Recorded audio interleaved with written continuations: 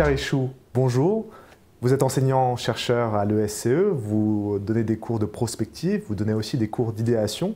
Et c'est dans ce cadre-là que j'ai souhaité vous inviter au Forum des Humanités pour nous parler d'un livre qui paraît très éloigné de la recherche et de l'enseignement classique du moins en école de management, Nadja d'André Breton. Ce n'est pas n'importe quel livre, c'est un livre phare et emblématique du mouvement surréaliste, écrit par le pape du surréalisme, André Breton. Est-ce que dans un premier temps, vous pourriez nous en dire un peu plus sur le mouvement surréaliste ? Oui, tout à fait. Alors le mouvement surréaliste, c'est vraiment un mouvement intellectuel phare du début du XXe siècle, donc porté par André Breton. Alors pour comprendre le surréalisme, il faut vraiment entrer dans l'environnement de cette époque. À savoir qu'André Breton revient de guerre. Il a traversé la guerre 14 avec beaucoup de difficultés et très mal à l'aise par rapport à toute la cruauté de cette période de guerre. Et il en revient absolument détruit, révolté par cette période, la mort de ses camarades dans les tranchées, la cruauté, la violence véritablement de cette humanité défaite. Et on sent bien que Breton, quand il revient de la guerre, il se dit non, plus jamais ça. Plus jamais ça, c'est un mode de fonctionnement qui le révolte. Et en fait, à partir de ça, avec d'autres, il commence à réfléchir à ce qu'est justement la vie, l'humanité en général.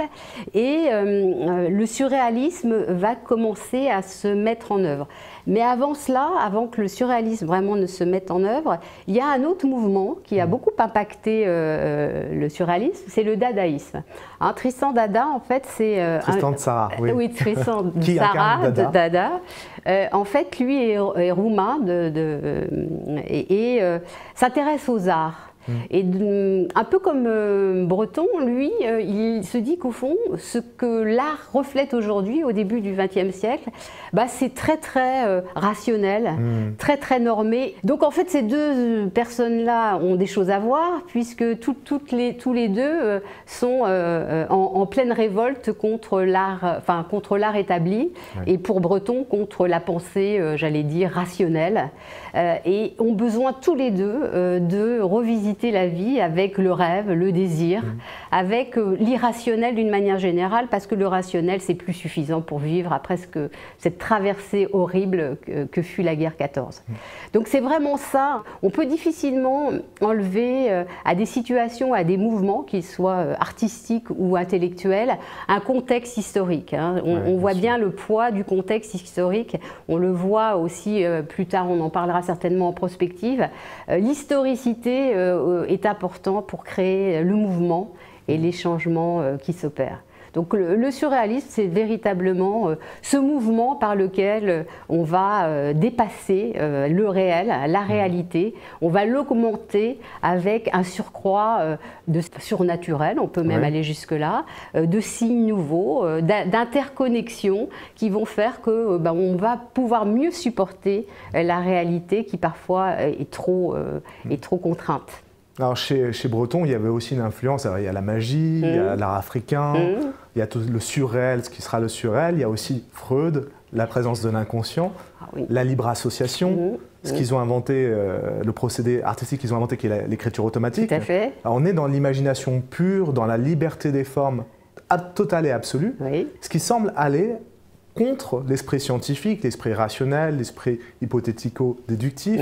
Alors vous-même, puisque vous estimez qu'il faut faire un croisement entre cet esprit d'imagination, cet esprit imaginaire et l'esprit rationnel, comment justement ça peut se combiner, comment on peut trouver des ponts entre ce surréalisme et la prospective?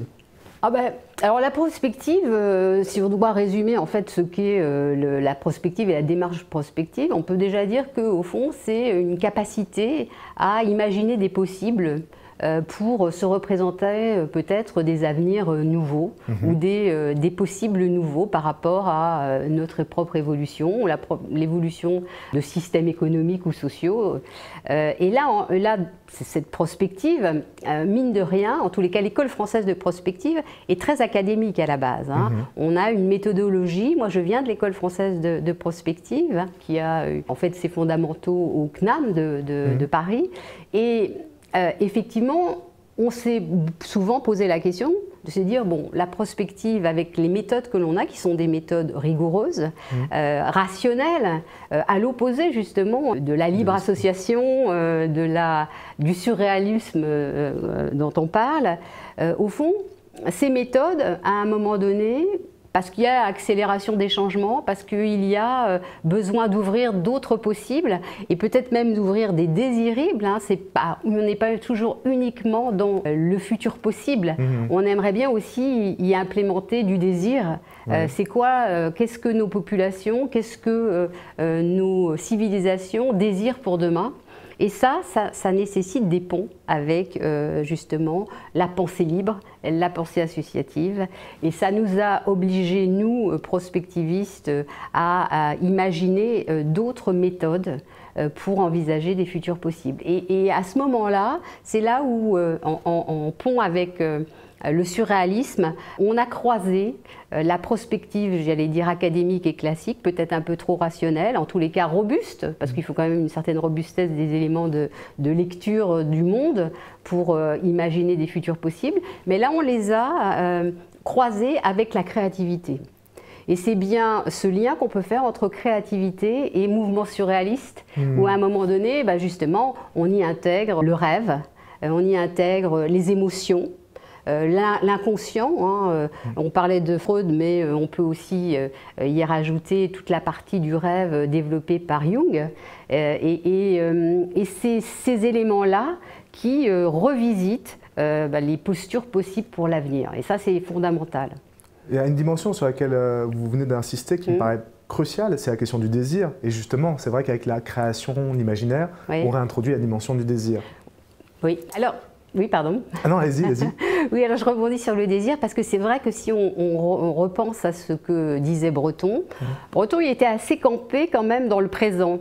Hein, il n'avait pas forcément envie de penser l'avenir parce que le passé l'avait tellement détruit qu'il disait allons, vivons l'instant présent, vivons à fond l'instant présent, hein, à la fois justement dans le désir, dans le rêve, dans les signes. Hein. Effectivement, le présent est important. Dans les signes du présent, on a souvent des terreaux d'éléments et des signaux faibles de l'avenir. Mais ce qui est intéressant dans la prospective, c'est se dire qu'au fond, le désir est producteur d'avenir. Et c'est vraiment le message qui est très important dans la prospective en général, c'est le désir, c'est ce qui va nous permettre de générer d'autres possibles.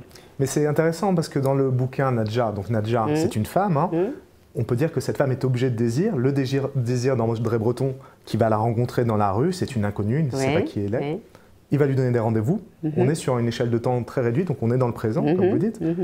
8-9 jours, pas plus. Mais dans ces 8-9 jours, il va suivre ce qu'il appelle un génie libre, une femme dotée d'une poésie immense, d'un talent presque d'improvisation et une vision du monde totalement originale. On peut même penser qu'elle est presque folle, hein, Nadja. Oui, c'est un esprit dérangé, troublé. Une certaine folie, oui. Et ça permet à André Breton de réfléchir le monde, de penser le monde, et il l'accueille, cette rencontre. Il lui fait son nid, en fait, d'une certaine façon. Et ça aussi a un rapport avec ce que c'est que la prospective, et du moins l'accueil de la créativité et l'inattendu à la prospective, où il faut saisir les opportunités. Tout à fait. Là, en l'occurrence, Nadja, dans le livre d'André Breton, pour moi, c'est plus une allégorie. En fait, c'est vraiment... alors, c'est une femme, et effectivement, il y a l'histoire de la rencontre. Aller à la rencontre, c'est très important en prospective aussi. Parce que comment voulez-vous commencer à imaginer un monde futur si vous ne croisez pas des savoirs, hein? Donc, en fait, aller à la rencontre, dans l'allégorie de Nadja, pour nous, prospectivistes, on y retrouve l'idée de la transversalité, du croisement des savoirs, avec des savoirs très, très divers. Hein, justement, ce côté peut-être un peu fou de Nadja, mais c'est aussi cette folie imaginative qui permet d'autres possibles. Donc là, vraiment, et je suis tout à fait d'accord avec vous, c'est bien ce maillage qui permet d'aller plus loin dans la représentation du monde en général. Dans le livre, Nadja crée finalement l'objet livre que va écrire André Breton, qui est un chef-d'œuvre de la littérature du XXe siècle. Mais pour le chercheur, le prospectiviste, l'inattendu qu'on va accueillir, auquel on va faire une place, comment on va le convertir finalement dans sa recherche?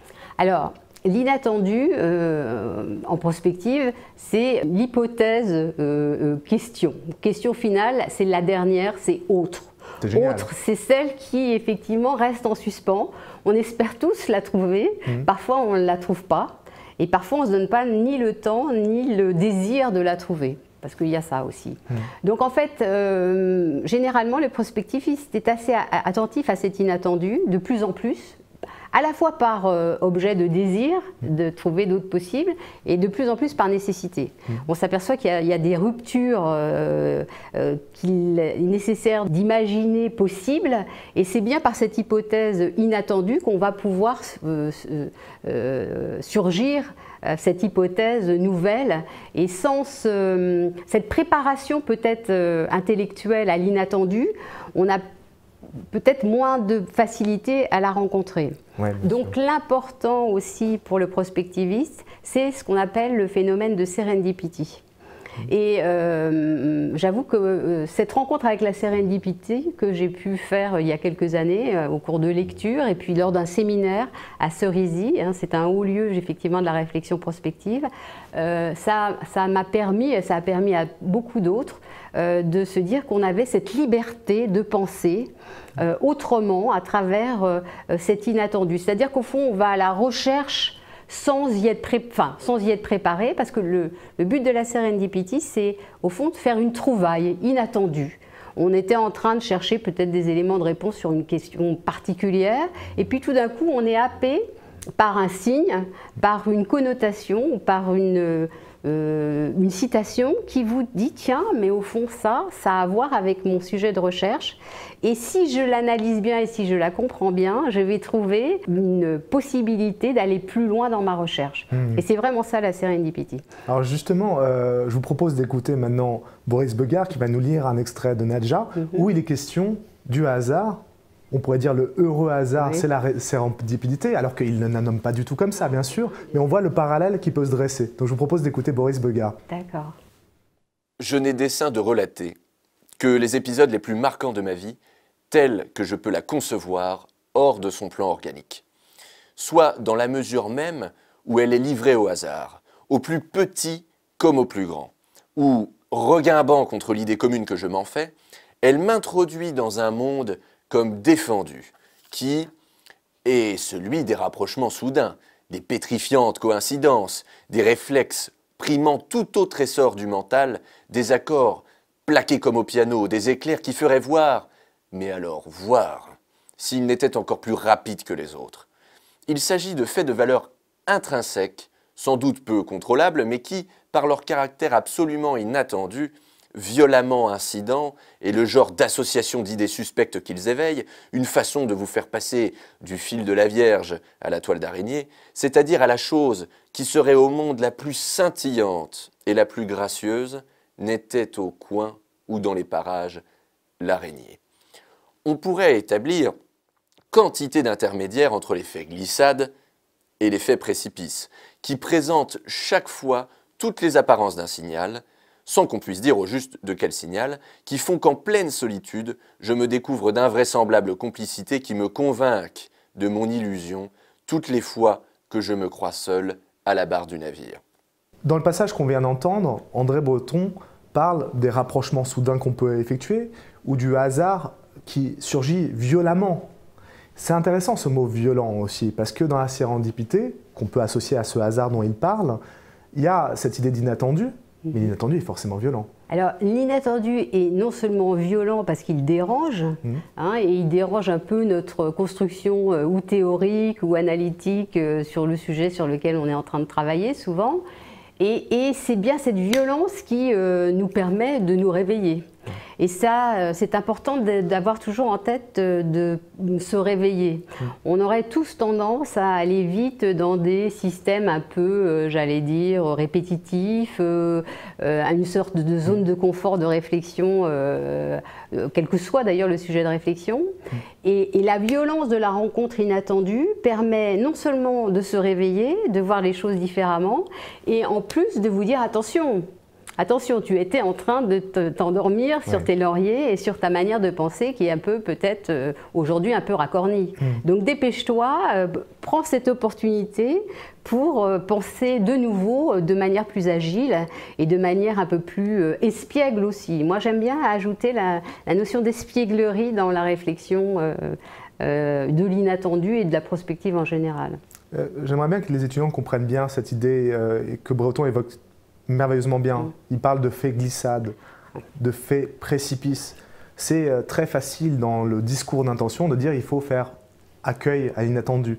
Mais encore une fois, c'est une violence et ça nous dérange dans nos habitudes. Il faut refabriquer du sens par rapport à quelque chose, tout à l'heure vous qualifiez d'autre. C'est l'autre hypothèse, celle qui n'était pas formée, qui inventait un avenir, qui décrit un avenir qu'on n'avait pas prévu. Ça me paraît très important. Les surréalistes et d'autres, on a cité les Dada tout à l'heure, mais on peut parler des situationnistes, pratiquaient, avaient des méthodes pour s'ouvrir à cet inattendu. Alors l'errance d'André Breton dans la rue avec Nadja, les dérives psychogéographiques des situationnistes qui sont à la quête du présent et du moment poétique. Mais si on est chercheur, concrètement, comment on fait pour rester éveillé? Comment on peut éviter l'endormissement? Est-ce qu'il y a des techniques pour ça? Alors je ne sais pas s'il y a des techniques, en tous les cas il y a des petites ruses qu'on peut mettre en place. En fait, je pense que souvent le chercheur est entouré de sa communauté de recherche et va assez peu à la rencontre d'autres chercheurs de domaines différents. Et c'est un peu comme en créativité. Ce qui est intéressant, c'est d'aller voir ce qui se passe ailleurs. Et c'est bien en croisant des domaines de recherche avec des chercheurs d'autres sciences que la nôtre qu'on peut justement aller vers ces inattendus. Il y a déjà ça. Il y a une manière de veiller sur son domaine de recherche. Par analogie, l'analogie est un bon moyen de voir des choses différemment. Il y a aussi l'idée d'être un peu en jachère de temps en temps. De temps en temps, il faut savoir lâcher prise, et ça, c'est une des qualités du courant surréaliste. Se dire, bon ben non, maintenant c'est bon, j'arrête, je me mets en veille, en jachère, je ne fais même plus rien. Et j'essaie de me ressourcer pour justement me laisser imprégner de possibles nouveaux que je vais générer en allant peut-être me promener, mais aussi en allant voir un film au cinéma qui va m'évoquer d'autres choses et qui va me faire rebondir sur d'autres univers qui ne sont pas forcément très très loin de mon sujet de recherche, mais qui jusqu'alors étaient un peu fermés parce que mon horizon était trop guidé par la quête de la réflexion académique peut-être, ou un peu trop rationnelle. Donc se laisser des chemins de traverse pour continuer à réfléchir. Et puis essayer de ne pas être toujours dans les mêmes communautés amicales ou sociales. Sortir du champ, c'est out of the box, comme disent les spécialistes de créativité. Essayer de sortir de vos cadres habituels. Ça, c'est capital. Alors, c'est pas facile en même temps. C'est une vraie violence aussi de sortir de son cadre habituel. C'est se dire, aujourd'hui, je vais faire quelque chose que je ne fais jamais. Et alors, vous me direz, faut-il encore en avoir le temps? Il y a aussi souvent une question de temps, plus que de non-envie d'aller découvrir du nouveau. Faut être honnête. Il y a une image que j'emploie souvent avec les étudiants pour leur donner corps à cette idée. C'est quand vous faites des exercices sportifs, si vous répétez le même effort chaque jour, finalement, votre masse musculaire va stagner, voire régresser. Exactement. Il faut varier pour pouvoir travailler autrement. Mais sur l'esprit, c'est la même chose. Exactement. Il est paresseux, c'est un muscle paresseux qui va reproduire des habitudes. Et ça, en vous écoutant, il y a deux choses intéressantes. C'est que d'une part, l'errance physique, elle est aussi une errance mentale. Le chercheur accepte de se perdre, de se noyer, d'arriver dans une impasse, de revenir en arrière. Et autre chose qui paraît fondamentale et qu'on nommait trop souvent, c'est l'erreur. Le droit à l'erreur et les erreurs qui sont fécondes en fait, qui conduisent sur d'autres pistes. Oui, moi j'ai beaucoup aimé l'idée du précipice, là, ce chemin au fond où on se dit oh là là, mais alors le précipice c'est peut-être l'erreur parce que tomber dans le précipice pour remonter du précipice c'est compliqué. On l'accepte mal d'ailleurs souvent le précipice, tomber dans et en même temps souvent c'est générateur justement d'autres visions du monde parce qu'on va se dire mais au fond comment je vais faire pour remonter du précipice. Et là tout d'un coup on s'ouvre d'autres possibles. Donc en fait, alors je ne suis pas forcément dans une apologie d'un mal pour un bien, loin de là, mais parfois, effectivement, l'erreur, le chemin de traverse vous offre des opportunités exceptionnelles. Et ça, c'est important. Et c'est une bonne nouvelle aussi pour les étudiants. C'est savoir qu'à un moment donné, on peut se trouver un petit peu dans une posture un peu d'errance, oui, mais que cette posture d'errance est loin de là un échec ou un temps mort. C'est un temps, au contraire, de régénérescence. Et ça, c'est important. Je vous propose, Safia, de conclure cet entretien sur cette invitation à l'errance. Oui. Merci beaucoup. Merci, Olivier. À bientôt. À bientôt.